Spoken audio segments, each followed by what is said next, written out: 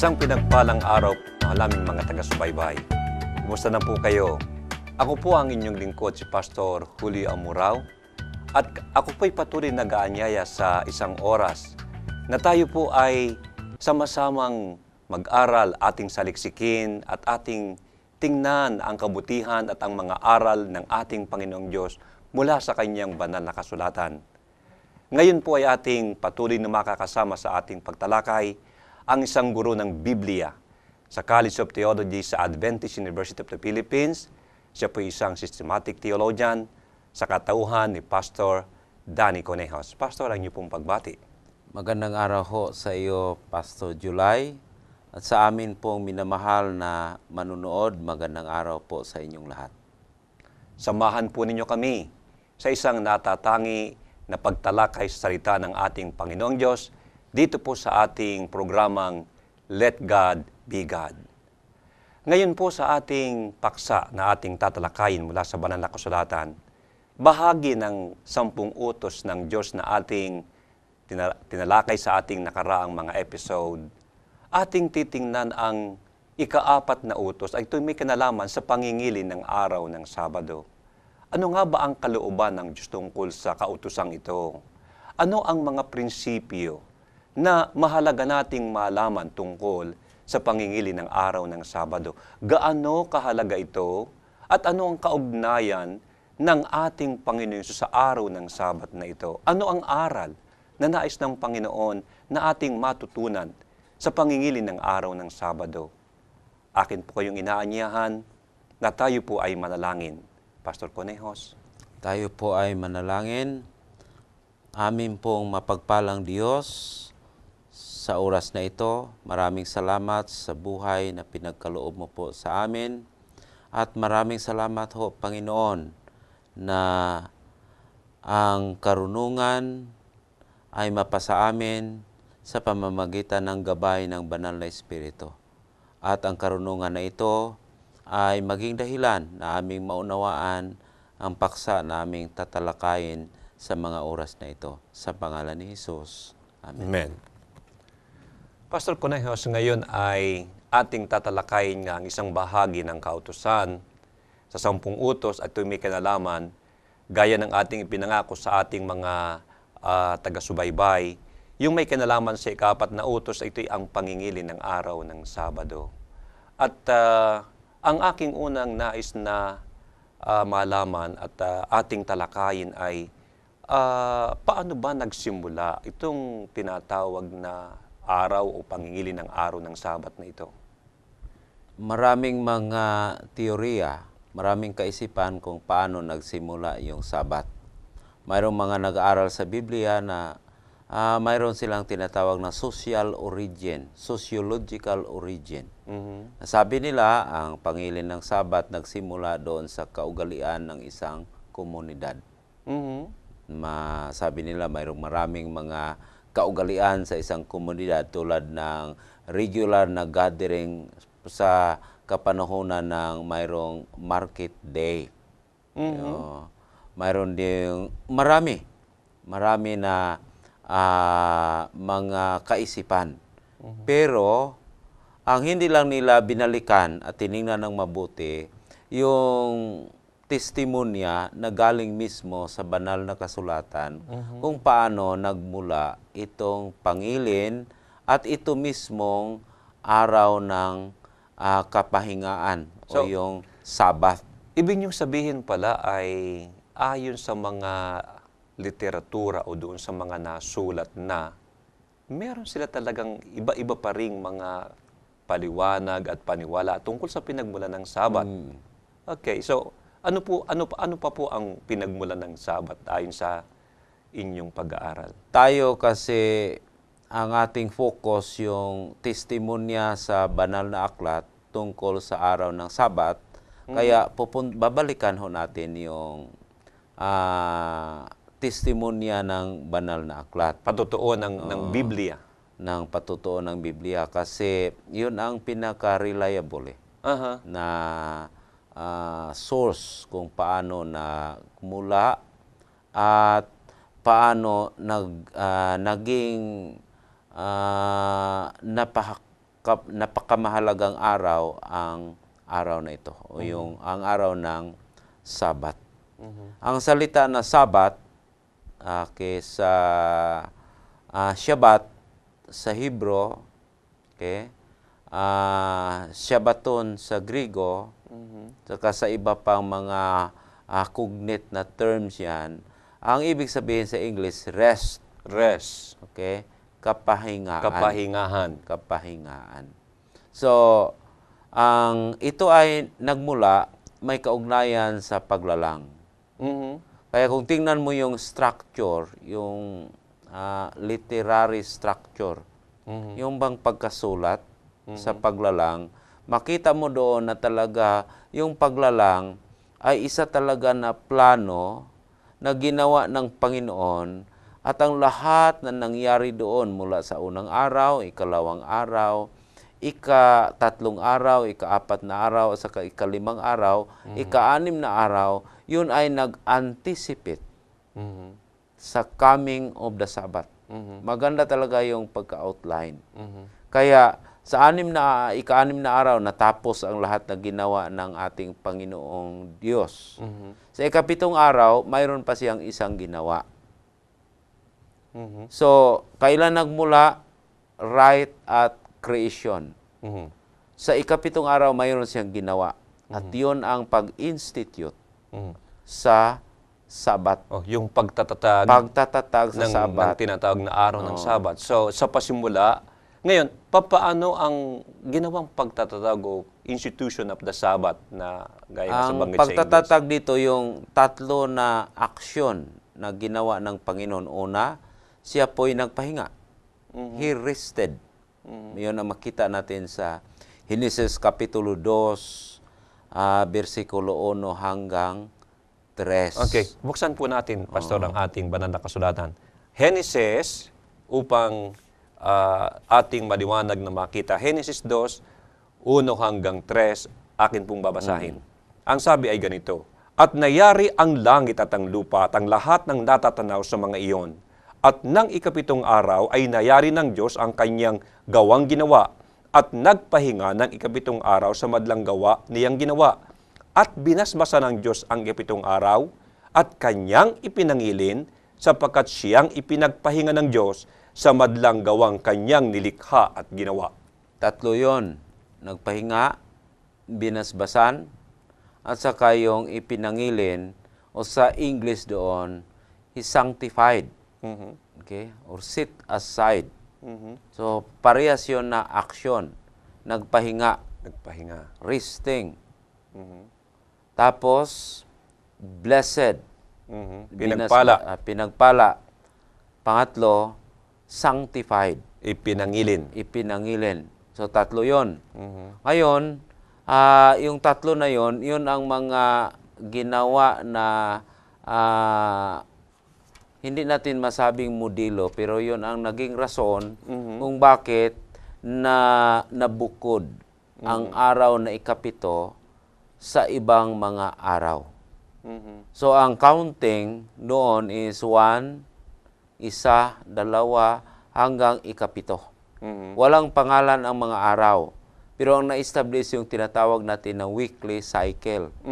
So, mayroong weekly cycle.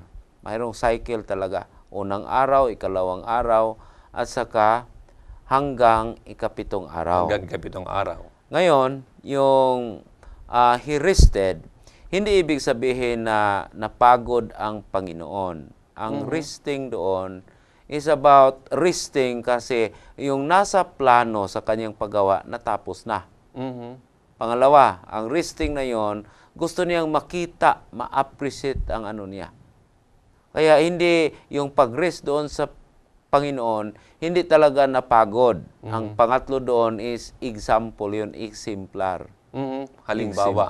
Halimbawa. So, ngayon, hindi siya napagod. Pagkatapos parang yung siya ay nakumpleto na. Ang kanyang paglalang, ang kanyang paggawa. At ikatlo, bilang pagbibigay halimbawa. Okay, sunod, yung basbas. Yung pagbigay, pagpapala. Yung pagpapala ay ang ibig sabihin yung pagpapala, na pinagpala ang araw na yon dahil ang binukod na yun na araw, yung mga tao na susunod sa ihimplo ng Panginoon, matatanggap nila ang pagpapala.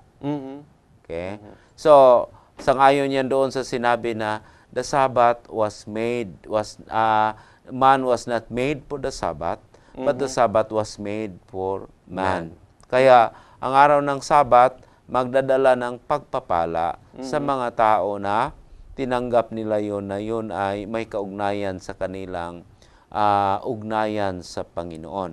Ang pangatlo, yung sanctified. Yung sanctified, para bang sinabing ginawang banal. Ginawang banal. Kodesh. Pero ang ibig sabihin doon, it was set apart. Ibinukod. Ibinukod. Sa ibang layunin. Okay. Sa iba, banal na layunin. Banal na layunin. Okay. Iba sa nangyari sa ibang araw. Okay?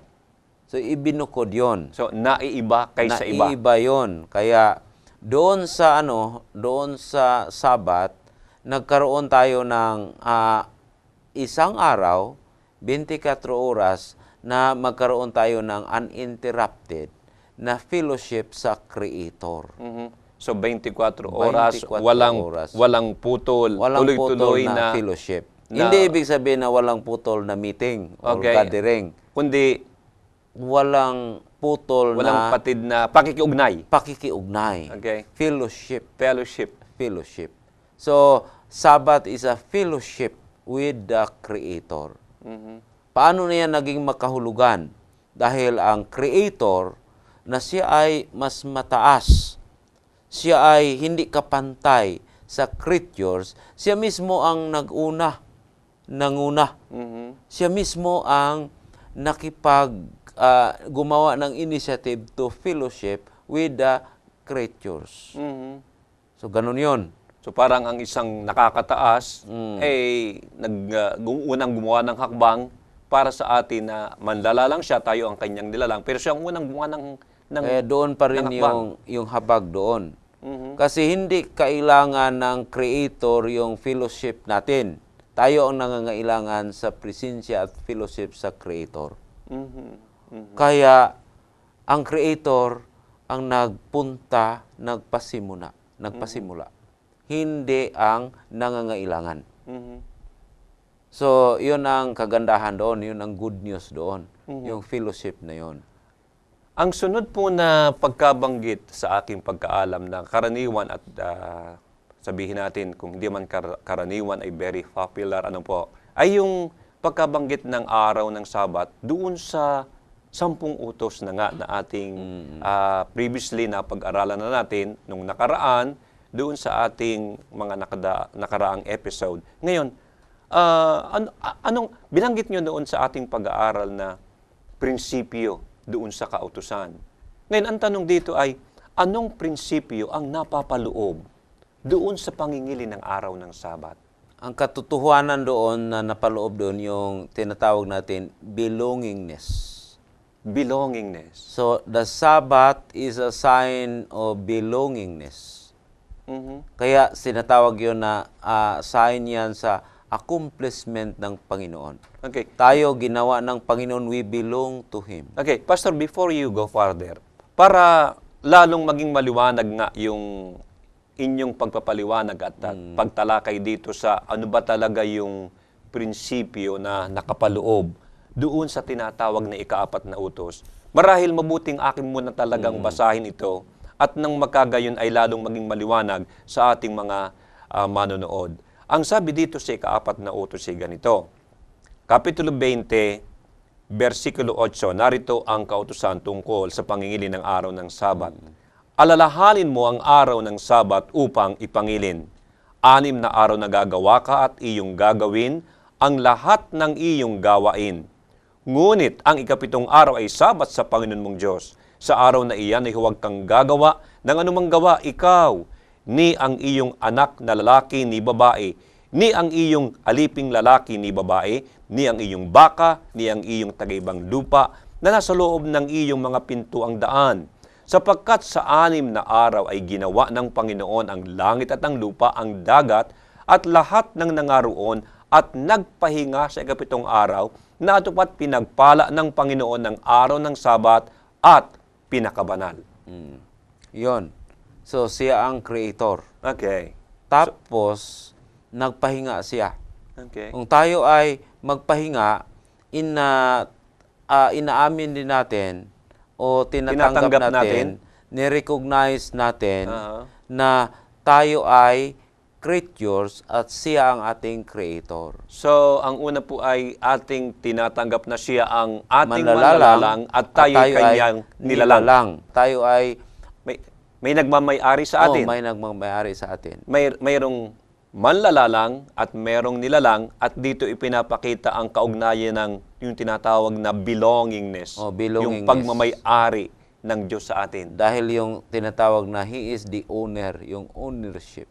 Yeah. Kaya nga, doon yan papasok yung sinasabi na ang Sabat ay isang seal, silyo, Tatak. tatak, Tanda. tanda. Mhm. Kasi pagmamay-ari tayo ng okay. Panginoon. Okay. Kaya yun ang pinakamaganda na na hindi tayo nagmula sa anumang bagay. Mhm. Tayo ay ginawa ng Panginoon sa Okay. kaniyang imahe, sa kaniyang wangis. Sa kanyang wangis. In the image of God. At tayo ay belong sa Panginoon. Pagmamay-ari tayo ng Pagmamay-ari Panginoon. ng Panginoon. So napakaganda po pala ng mga prinsipyo na napapaloob sa pangingilin ng araw ng Sabat. Tayo ay kumikilalang nilalang tayo ng ating Panginoon Diyos. Kasama dito nga yung pagkilalang siya ang naglalang, ang pinagmula ng lahat ng bagay. Ito'y kontra doon sa ating karaniwang paniwala na ng maraming mga scientists, ng ibang mga nag-aral, na ang pinagmula ng mga bagay is through evolution. Kaya nahayag dito yung roots natin, yung pinagmulan. Okay. Ang pinagmulan natin ay galing sa Panginoon. Mhm. So, hindi tayo nandito by chance. By chance. Nandito tayo dahil sa talagang napakalinaw na plano ng Panginoon. May purpose, may purpose, layunin ang Diyos. At may magandang pinanggalingan. Mhm. Hindi tayo kasali sa, although we are creatures, Yeah. katulad ng kalikasan, pero hindi tayo bahagi ng kalikasan. Mhm.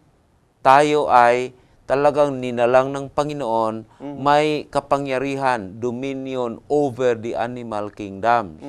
Kaya doon ako nagproprotesta, hindi ako sang-ayon doon sa classification na yung tao na tinatawag na Homo sapiens Mhm. ay belong to the animal kingdom.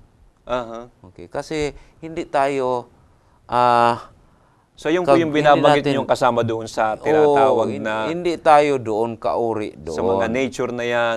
Hindi tayo kauri doon. Although, bahagi tayo sa creation. Okay? Pero, ibang uri tayo. Mhm. Tayo ay ayon sa wangis ng Ayon sa Panginoon. wangis ng Tapos, binigyan tayo ng kapangyarihan na magkaroon ng dominion. Mhm. Na ang tatak yun, yung Sabat. Hindi lang yung roots, kundi yung belongingness natin sa ating Panginoon. Naalala ko tuloy yung isang quotation na aking nabasa na ang sabi doon ay, man is the crowning glory of God's creation. At yun pala ay napapaloob din halos doon sa araw na, yung pangingili ng araw ng Sabat. At napakaganda na ating malaman na yung pala ay nagpapakita rin sa atin na somebody owns us. Merong nagmamay-ari sa atin. At ito'y walang iba kundi ang Panginoon. Napakaganda ng mga prinsipyo pala na napapaloob dito sa pangingili ng araw ng Sabat. Ngayon, kung halimbawa puntahan naman natin tungkol dito sa araw ng Sabat, alam natin na ang ating Panginoong Hesus, kaysa ating mga nakaraang pagtalakay, siya ang ating tagapagligtas.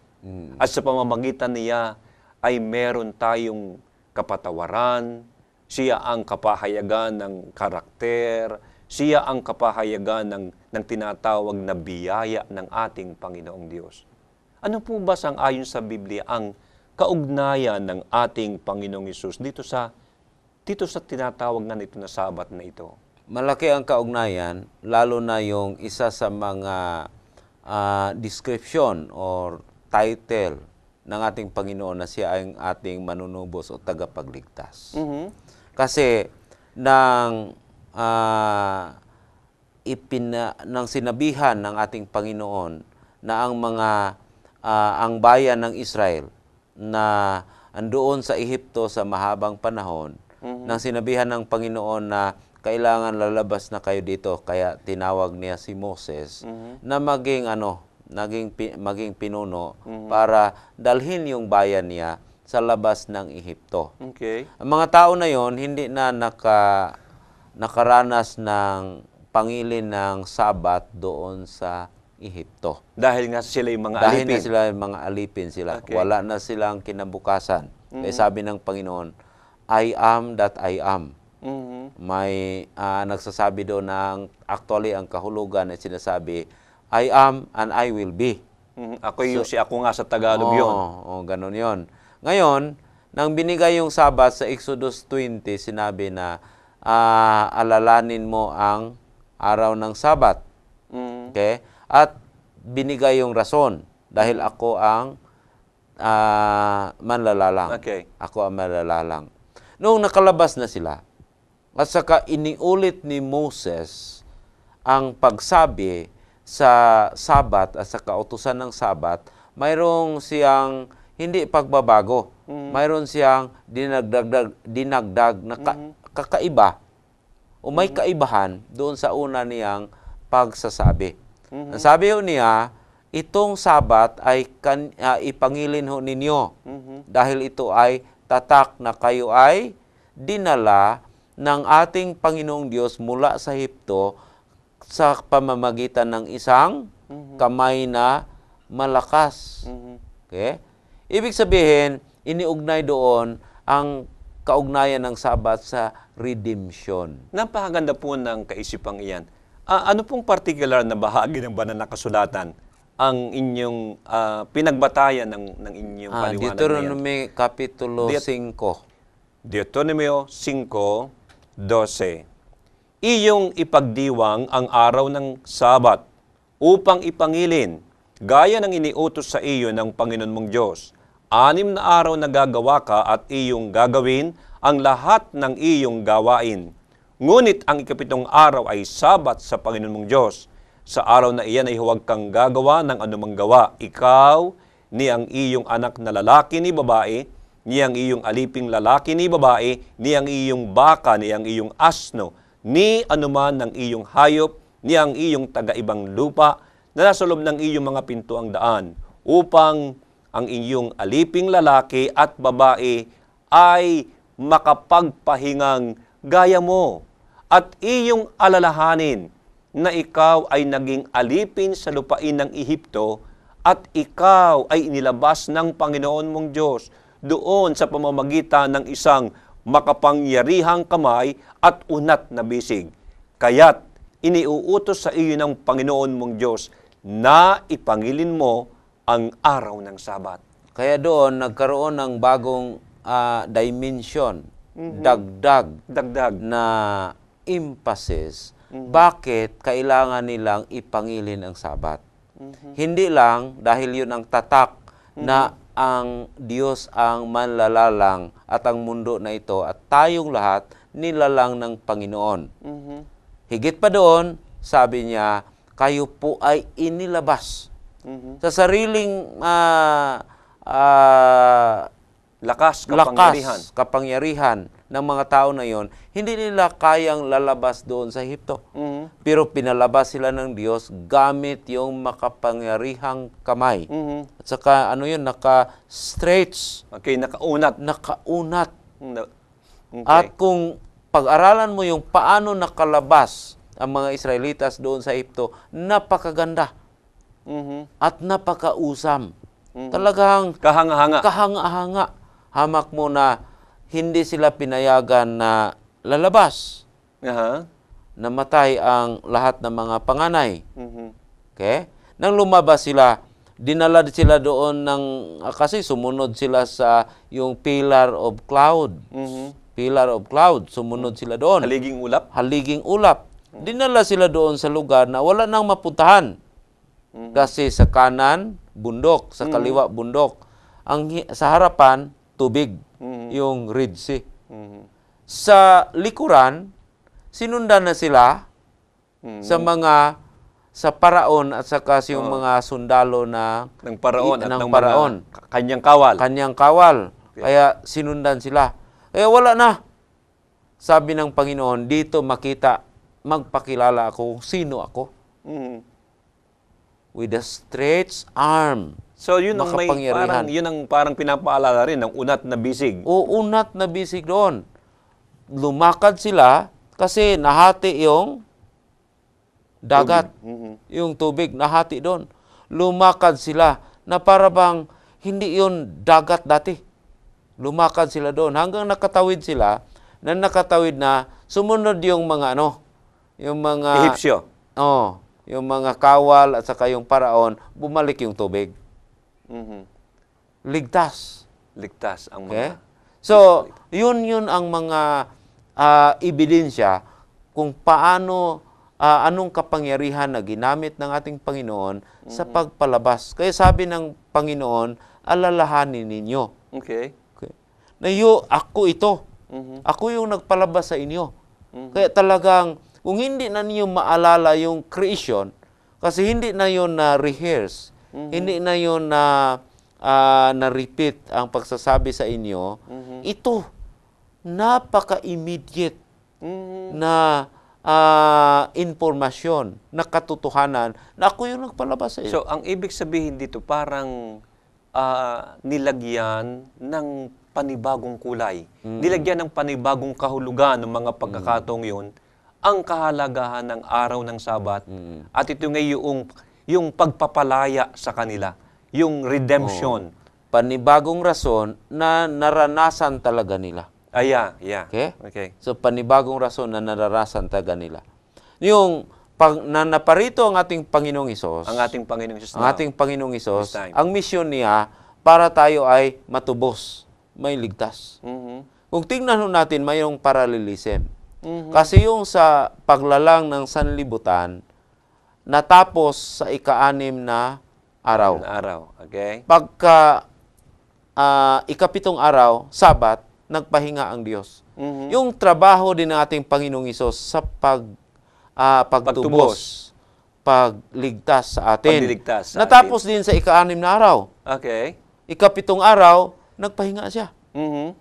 Doon siya. Kaya, kung basahin natin, ano bang araw namatay ang ating Panginoong Hesus? Doon sa cross. Okay, ang alam natin ay yung tinatawag na Biyernes Santo. Biyernes Santo. Yung sa Greek, Paraskiwe, Preparation Day. Araw ng paghahanda. Araw ng paghahanda. Kaya nga, hindi masyadong naayos yung paglibing. Kasi palubog na yung araw. Kaya hindi natapos yung paglagay ng mga pabango. Ng pagbango, ungwento. Okay, Na hindi natapos. Kasi umuwi na yon si Maria at saka yung isang Maria kasi pasimula na yung Sabat. Nang kinaumagahan, pagkatapos ng Sabat, okay? Kinaumagahan, bumalik sila sa libingan para ianuin na nabuhay muli ng ating Panginoong Hesus. Ibig sabihin, sa Sabat, nagpahinga siya, natapos. Kaya talagang may kaugnayan. Kaya tinatawag din natin na hindi lang redemption na nakita doon sa sa yung Exodus, kundi yung redemption doon sa ginawa ng ating Panginoong Hesus. Actually, yung mga nag-aaral ng Biblia, sinasabi nila na yung nangyari doon sa Exodus ay isa bang pagpahiwatig na doon iyon din ang pattern sa pagligtas ng ating Panginoong Hesus. Ganun mo ba? Roadmap yun, historical act yun ng Panginoon. Parang mayroong kaunting parallelism. Parallelism. We can trace yung parang parallelism. Kaya nga may mga ritual sila doon sa sanctuaryo, mayroon silang weaving, ini-weave yan, inaganon yung yung offering. Tapos i-rehearse nila yung nagawa ng Panginoon sa kanila, thanksgiving yon. Ganun yon.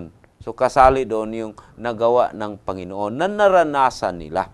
Na ngayon, sinasabi na ang Sabat ay sign or tatak ng ating naranasan ng kaligtasan.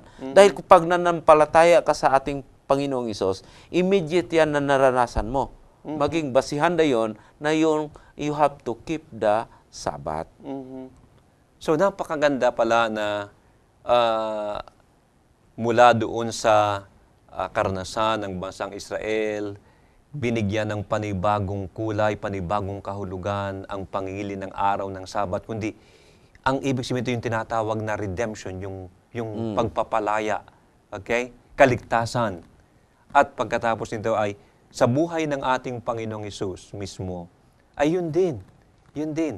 Ito ay may kaugnayan doon sa tinatawag na pagtubos, pagliligtas. Pagliligtas. Okay, pagliligtas ng ating tagapagligtas nga na walang iba kundi ang ating Panginoong Hesus. At saka, pinakita ng ating Panginoong Isos kung ano yung tama na pagpangilin at saka pag-keep ng araw ng Sabat. So, dagdag po doon sa parang kanyang ini-highlight o kanyang tinampok yung tinatawag nga na pagliligtas, yung kanyang inyo po binanggit kanina, yung Balik tayo doon kasi doon sa Henesis, ang resting doon is exemplar. halimbawa, Halimbawa, dito rin sa ating Panginoong Isos sa Bagong Tipan, yung pagtupad niya, exemplar din yon.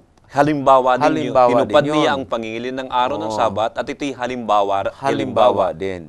Kasi yung mga tao na nag-keep sa Sabat, although napakaseryoso nila, nawala na sila doon sa diwa kung paano i-keep ng Sabat. Halimbawa, yung mga parasiyo. Okay. Yung apat na yung ikaapat na utos. Remember the Sabbath day. Alahalahanin yung araw ng Sabat. May kailaman sa pangilin ng araw ng Sabat. Alalahanin ng araw ng Sabat upang ipangilin. Ginawa sa mga Hudyo more than 600 na. Mahigit sa 600 Gumawa ang kautusan. mga Hudyo ng mahigit na 600 mga dagdag na kautusan Para lang na ipangilin ang Sabat.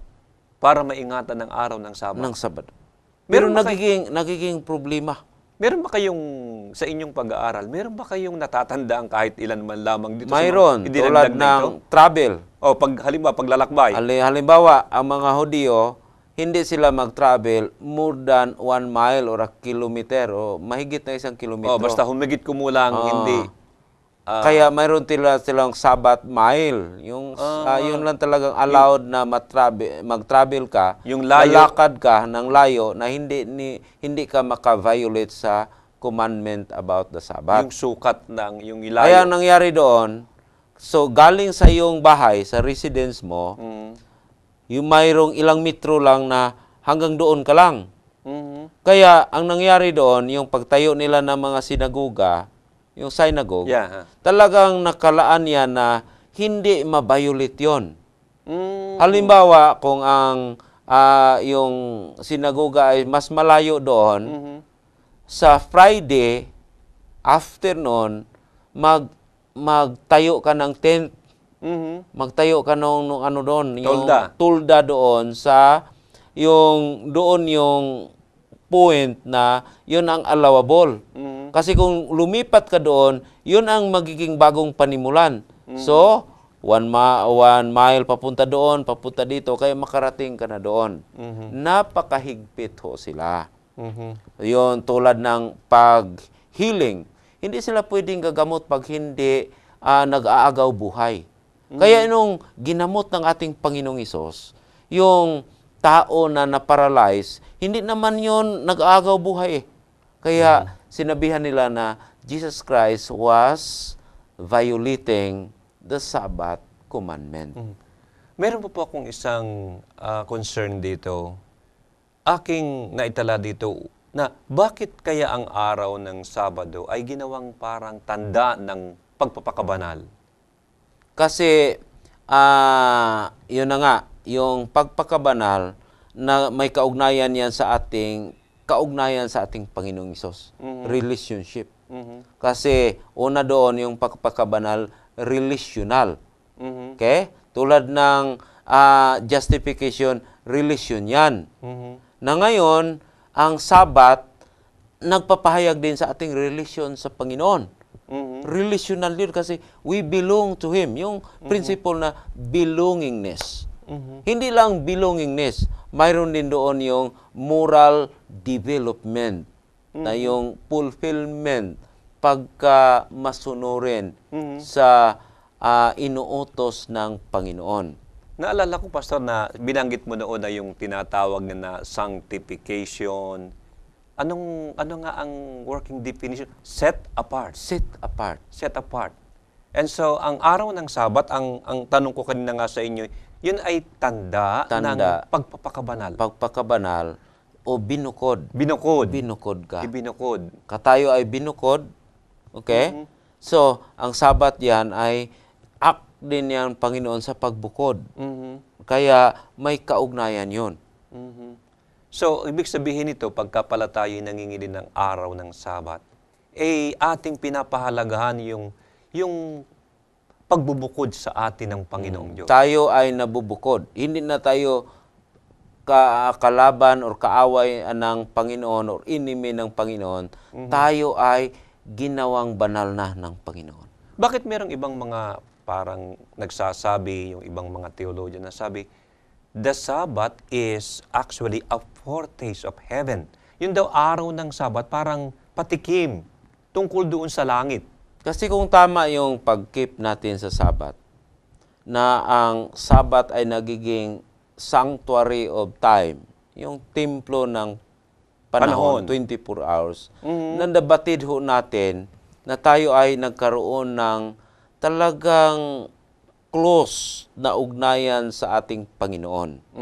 Talagang nag-delay tayo sa Sabat. Nalulugod. Nalulugod tayo sa Sabat. Kagaya ng pagkalugod sa Panginoon sa atin. Kasi tayo ay linikha ng Panginoon.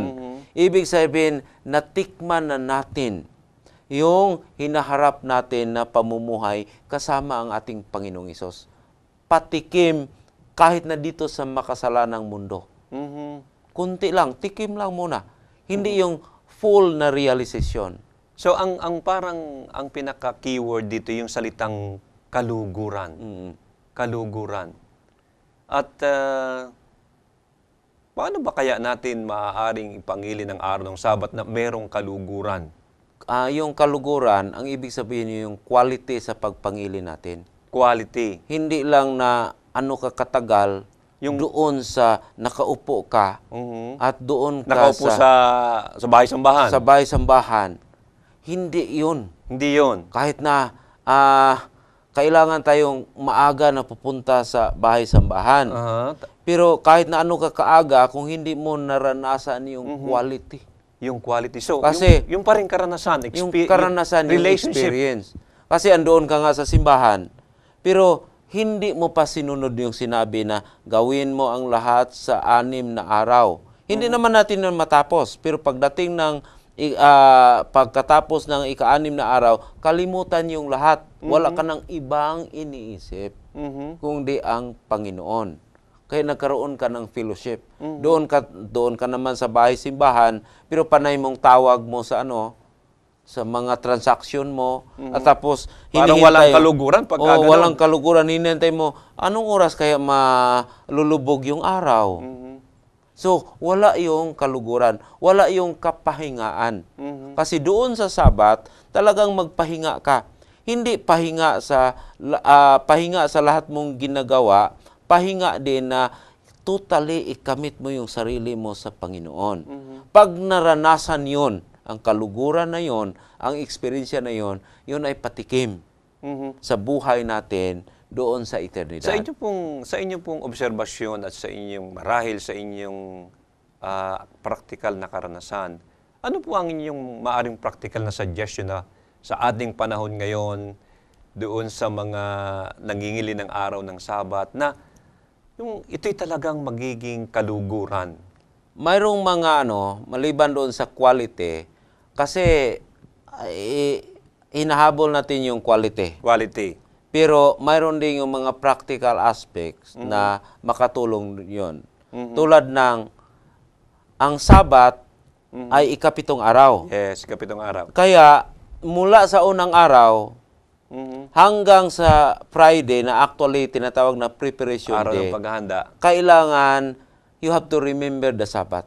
Yung pag-remember sa Sabbath, hindi lang doon sa ika-6 na araw. So, ang pag-alaala, hindi lamang doon sa ika-6 From na araw. the first day. Mula sa unang araw. Linggo pa. Linggo pa. Pagdating mo doon, total na yung preparation mo. So, I see. physical preparation. Ito ang physical practical suggestion. Kaya doon, sinabi nga doon na ang kailangan mong lutuin mo na. Mhm. Ang kailangan pakuluan mo na. Mhm. Pero hindi ibig sabihin na hindi ka na totally na makagawa ng bagay doon sa Sabat na may kaugnayan na magiging quality yung pag-keep mo sa Sabat. Mhm. Okay? Kasi hindi dito legalism. Hindi legalism. Hindi legalism. Kundi, yun nga, Kundi yung parang kaluguran. kaluguran. Sa ano. Para Oo. wala nang iisipin. Wala ka nang iisipin. Wala. Okay. Kaya ang pinakamalapit na ating pag-aralan kung paano yung kaluguran sa pag-keep ng Sabat sa practical yung mga Hudyo. Mhm. Yung mga Hudyo, pag-keep nila ng Sabat ng delight, napaka-delightful talaga. Mhm. Una, yung pagdating ng Biyernes ng gabi, mayroon silang welcome sa Sabat. Oh, may welcome. May welcome. Paano nila wini-welcome? Sa atin ngayon, doon na tayo sa church. Oh, sa pero sa kanila, kanila? doon lang sa bahay. So, it's a family time. It's a family time. Kasi ang Sabat, time for the family. So, family time, magluto sila doon ng pinakamasarap na pagkain. Special. Special. Hindi yun pagkain na makikita sa ibang araw. Aha. Welcome. Tapos may wine sila. Mhm. Kasi sa Palestina kasali yung wine. Mhm. Either na hindi fermented. Oh, hindi pero mayroon yung- ding wine na hindi fermented. nakakalasing. So mayroon silang mag-toast sila. Aha. So pag toast, sasabihin ng mga anak, kami po'y nagagalak sa aming nanay dahil ginampanan niya ang kaniyang trabaho. So, expression of gratitude. Expression of gratitude. Pagpapakita Ang ng pasalamat. asawa, magsasabi po ni ng para appreciation sa Isa't isa. isa't isa. Ang ganda. Tapos kakain sila, iinom sila. So yun ang welcome meal. So, talagang family Pagka time. tapos doon, pagka-araw ng Sabat, pupunta sila sa sinagoga, Mhm. sa synagogue. Pupunta doon. May meeting doon sa umaga. Mag-aral. Pagkahapon, yung mga babae, mayroon sila pag-aaral doon sa bahay na puro babae kasi yung babae, hindi yan pwedeng turuan doon sa sinagogue. Aha. Tapos ang mga lalaki, may meeting din sila. Mhm. Pagkatapos, mayroon silang farewell meal. Kainan na naman Mhm. sa pag-sunset sa Sabado. Sabado. So, mayroong welcome, at may Welcome farewell. at saka mayroon ding farewell. Tapos, ano yun? Masarap ang pagkain yun. Kaya ang mga bata, they were belonging that every day is a Sabbath. Talagang hinihintay nila sana nila. nga. Araw-araw sana Hinihintay Sabado. nila. Tapos, yung mga kapitbahay nila, kasi sanctuary in time, malaman talaga kung Sabat na. Kasi yung mga Hudyo, kahit na hindi dumalo sa sinagoga, pag Sabat na, palitan yung kurtina, palitan yung tablecloth, bago ang ayos. Malinis, maganda. Malinis ang bahay. Maaliwalas ang bahay. Bago nila sindihan yung tinatawag ng Sabat lamb. Sindihan yung Sabat lamb before yung sunset. Tapos, may damit sila para lang sa Sabat. Para lang sa Sabado. Para lang sa Special pa Sabat. rin. Kaya yung mga Hudyo, yung mga kapitbahay nila na hindi Hudyo, nagkakaroon ng mga yung pabiro na salita. Kailan mo palitan yung ano mo? Kailan ka pa magbabago? Sasabi sila, hanggang sinusuot pa ng mga Hudyo yung Sabbath dress nila. Napakaganda. Alam niyo, Pastor, gusto ko sanang marinig maraming bagay sapagkat yan ang mga practical. Pero meron pa akong isang nais na itanong sa inyo. Maiksi na ang ating oras. Ito na marahil lang huli. Ang aking nais itanong ay, ang araw ng Sabat ay, ito ay memorial. Ito ay isang celebration. Isang pinakaalaala. At ito ay isang pagdiriwang. At ito ay ipinagdiriwang natin dito yung tinatawag na yung paggawa ng Diyos na redemptive, yung kanyang creative and redemptive acts, yung kanyang paglalang at yung kanyang tinatawag na pagtubos. Paano to? Kasi ang pagdiriwang, Bakit sinasabing ganon? palagi ang may dahilan. Okay. Nagdiriwang ka kasi may nangyari sa iyong mabuti. Mhm. Kaya yung accomplishment ng Panginoon, nang nilalang niya ang mundo, napakalaking rason yan na nagdiwang ang Panginoon sa kanyang accomplishment. Mhm. Nang successful yung pagligtas niya sa atin, nagdiwang din siya. Mhm. Kaya doon yun ang basihan. Yung bakit tanda ng pagdiriwang. Mm. So is a seal of celebration, yung pagdiriwang sa paglalang ng Panginoon sa pagtubos sa atin. So talagang napakaganda po pala ng prinsipyong napapaloob sa araw ng Sabat. Ito ay celebration, pagdiriwang ng paglalang ng ating Panginoong Diyos, at ito ay celebration, pagdiriwang ng kanyang pagtubos sa atin. Minamahal naming mga kaibigan, ngayon po ay ating narinig at ating naunawaan ang kahalagahan ng ika-4 na utos. Ito ay ang may kinalaman o mayroong kaugnayan sa pangingilin ng araw ng Sabado. Ang sabi ng Panginoong Diyos, alalahanin mo ang araw ng Sabat upang ipangilin. 6 na araw na gagawa ka at gagawin mong lahat ang iyong gawain, ngunit ang ika-7 araw ay Sabat sa Panginoong Diyos. Ang nais ng Panginoon ay special na panahong kasama natin siya, at sapagkat siya mismo ang nagbigay ng halimbawa. Siya mismo ang nagbigay ng kanyang karanasan na siya'y merong kaluguran, yung tinatawag na accomplishment sa kanyang mga pagtatrabaho at kanyang paglalang. At ngayon, ito po ang nais ng Panginoon na ating maranasan. Ang ating Panginoong Hesus nagbigay ng halimbawa. Nangilin siya ng Sabat, siya ay tinawag na Panginoon ng Sabat, at napakaganda ng ating natutunan. Ang araw pala ng Sabat, ito ay pinakapaalaala. Ito ay isang pagdiriwang. Ang ating ipinagdiriwang ay kung gaano kaganda ang paglalang sa inyo sa akin ng ating Panginoong Diyos. Hindi lamang yon. Sa ating pangingilin ng araw ng Sabat, ay ating ipinagdiriwang ang pagliligtas at ang pagtubos ng Diyos. Tunay na ang araw ng Sabat ay kapahingahan. Ang ating Panginoong Hesus, ang pinakasentro, siya ang nagtatag, siya ang nagbigay ng halimbawa, at hanggang sandaling ito, nagnanais na magbigay ang Panginoon ng isang kapahingahan sa iyo, minamahal kong kaibigan. Bakit hindi mo simulan mula ngayon na iyong maranasan ang kaluguran ng paglalang at ng pagtubos ng ating Panginoong Hesus sa pamamagitan ng pangingilin ng araw ng Sabat? Muli kong ipapalaha sa iyo, minamahal kong kaibigan, sa ating minamahal na mga sumusubaybay, kung ating ipangingilin ang araw ng Sabat, tayo po ay pinatitikim ng Diyos ng karnasang parang tayo'y nasa sa langit na doon ay ating ipagdiriwang ang paglalang at ang pagliligtas ng ating Panginoong Diyos. Sana po sa tulong ng Banal na Espiritu, ito po'y inyong idalangin. Ito po ang kalooban ng Diyos. Ito ang nais inyong maranasan, na kahit patay naririto, ating matikman ang karnasang parang tayo'y nasa sa langit na. Ngayon po, akin kayong inaanyayahan, tayo po'y manalangin. Amang banal na makapangyarihan sa lahat, marami pong salamat sa inyo pong dakilang pag-ibig sa amin. Marami pong salamat sa inyong mga magagandang katotohanan na inyong ginawang maliwanag sa amin sa oras na ito.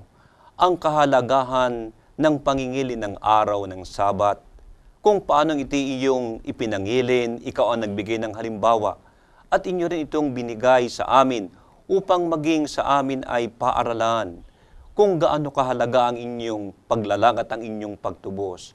Nais ninyo na kami magkaroon ng karnasang parang kami nasa langit na. O Panginoon, tulungan po ninyo kami. Tulungan po ninyo ang aming taga-subaybay, na sana'y magkaroon sila ng kapahingahan sa aming tagapagligtas, na sana'y kanila pong masimulan sa tulong ng inyong banal na Espiritu ang pagsunod sa inyong utos, ang pagsunod sa inyong halimbawa, ang pangingilin ng araw ng Sabat. Maraming pong salamat na ikaw ang tutulong, ikaw ang sasaamin at patuloy na magpapala. Ito po ang aming dalangin sa pangalan ng Panginoong Hesus. Amen. Pastor Danny, ang inyo pong huling salita. Aming mga minamahal na manunood, marami pong salamat sa inyong pagsubaybay. Sana ho, marami kayong natutunan na mga magagandang bagay tungkol sa ating Panginoon. Minamahal na mga kaibigan, maraming salamat po sa inyong pagsubaybay sa ating palatuntunang Let God Be God.